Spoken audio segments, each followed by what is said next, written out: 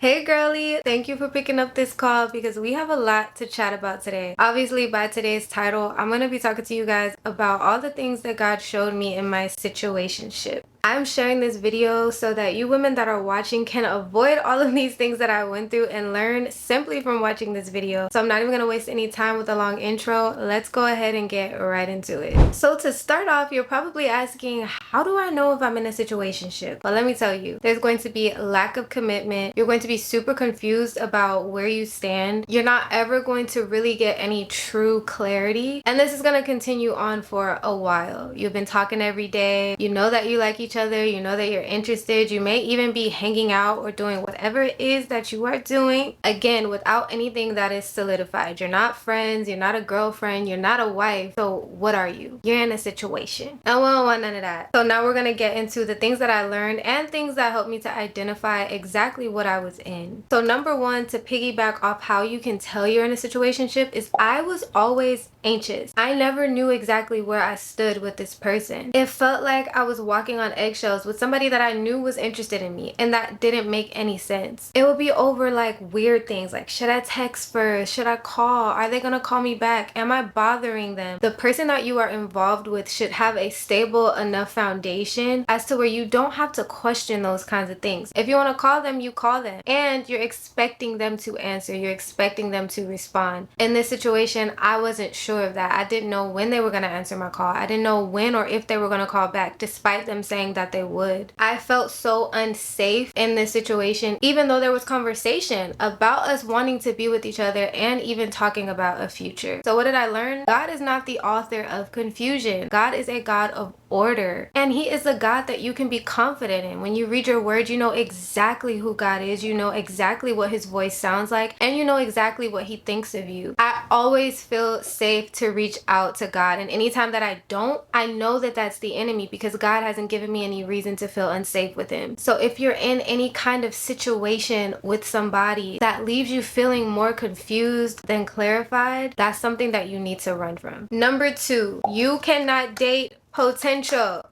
I know that this sounds cliche. I know we've heard this a bunch of times before, but sis, let me tell you, it is so true. You cannot date who someone may become, even if God said that they would become it. Jesus tells us to not even worry about tomorrow, because tomorrow will take care of itself. If you're not supposed to worry about what's happening in the next 24 hours, what makes you think you can actually be in a relationship with someone who hasn't become who they need to be? You have no idea when they're going to become this, or even worse, if they're going to become this. So you trying to date them while they become, or until they become, is going to leave you blinded to who they actually are. And the fruits show all the time. You're just ignoring it because you are so hung on who you know that they could be. As women of God, we see people through the lens of Jesus, and that's how we should see them. But God also tells us to guard our hearts. And so when he shows you who someone is, you have to believe that that's who that person is. And so while you see them through the lens of Jesus, that doesn't mean that they need access to you in that kind of way, because they're not ready for that. You can pray for them, you can encourage them from a distance, but they don't need to be having any kind of romantic relationship with you when they are not a man of God who can actually cover and protect your heart. And a lot of us are praying for a version of this man that really only exists in our imagination. It's what we think that he should be. It's what we hope that he will be. But it may not even be God's will. And here's the thing. If it is God's will, it is God's bill, not yours. God does not need your help. And if he ever wants you to play a certain role in somebody's journey, he will let you know clearly, without confusion and without causing you unnecessary pain. Number three is that disobedience can camouflage itself as spiritual warfare. So I have a reel that I posted about this, but basically the Lord told me, I gotta let this man have his Jonah moment. The storm that was being caused in my life was because this man was running from God and being disobedient, in the same way that Jonah caused the storm on the boat with the pagans. A lot of times when we were having issues or when things would happen that would hurt me, I would say, oh, it's spiritual warfare. Oh, this is the enemy trying to work against God's will. But really all it was his disobedience. Disobedience is not spiritual warfare. You don't even have spiritual warfare if you're being disobedient. Why would the devil be fighting you if you're already doing what he wants you to do?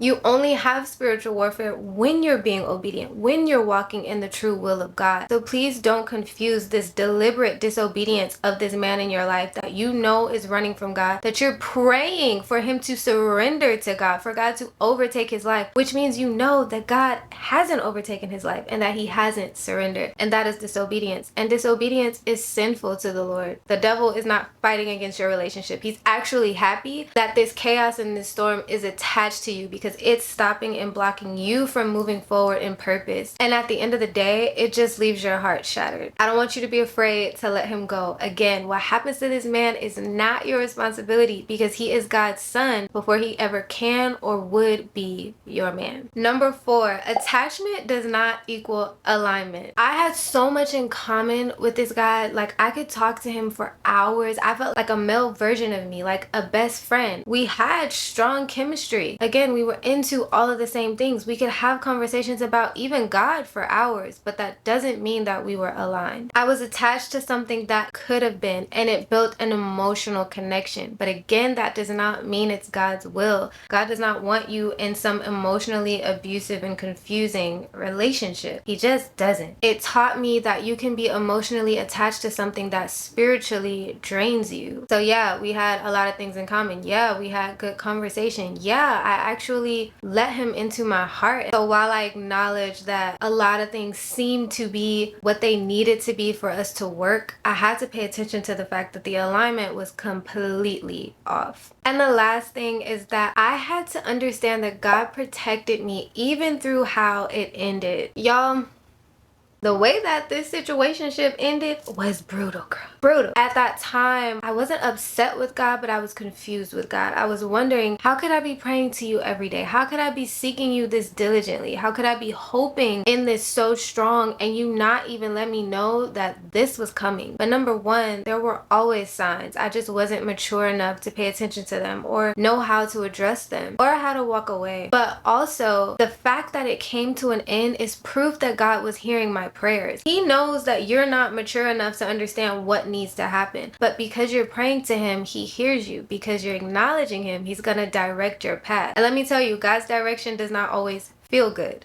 Sometimes he will allow situations to happen to literally knock you on the track that you should be going on. So while I was praying to God that if this is your will, let it be, and if it's not your will, don't let it be, well, he didn't let it be. He let that man be exactly who that man was in that season of my life. And even though it was hurtful to see him be who he was, it was God showing me the proof that, hey, daughter, I hear you. Now I gotta let you see who this man really is, and I have to protect you from it going any further. I want you to know that God is not punishing you if you have gone through something like this and it ended, or if you keep trying to engage with this and it's not working. And let me tell you, girl, I did not go through all of this for you to sit up there and see the red flags, see the signs, and continue going through it. When you are watching someone's testimony, when you are seeing videos like this is to save you from having to learn it the hard way. I literally went through this so that you wouldn't have to. There are so many of us believing and praying and know that we even have a promise from the Lord to be married one day. I want you to know that bad encounters with people doesn't change any of that. There's nothing wrong with desiring it, but you do have to be careful how you move. You have to guard your heart, because just as much as God wants it and God has it, the enemy wants it too. And he will use things that even you desire, and he will use your innocence, he will use your grace, he will use your love and your genuine care for people and allow them to take advantage of you and hurt you. I'm grateful that God was there for me. I'm grateful that I had a support system to help and pray me through the situation. And now I'm grateful because I get to share it with you, and I know that it's going to be helpful and impactful. But I want y'all more than anything to know that I learned how to guard my heart. It doesn't mean that more people won't come along and that you won't like or be attracted to someone else, but it just means this time you're gonna move different. And if you haven't had this kind of experience, I need you to move different now. I need you to understand all that you have to offer and all that you have to bring to the table, and that all of that doesn't have to be laid out before you know that it's safe to. I need you to keep talking to God about everything. I don't care if it's just a little butterfly. I don't care if you just think somebody is cute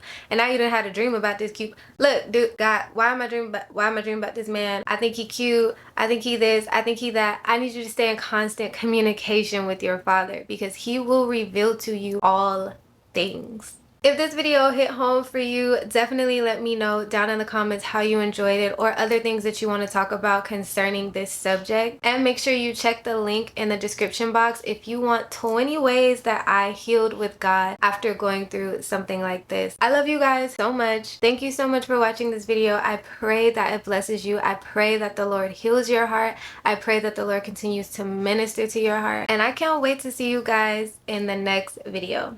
Mwah!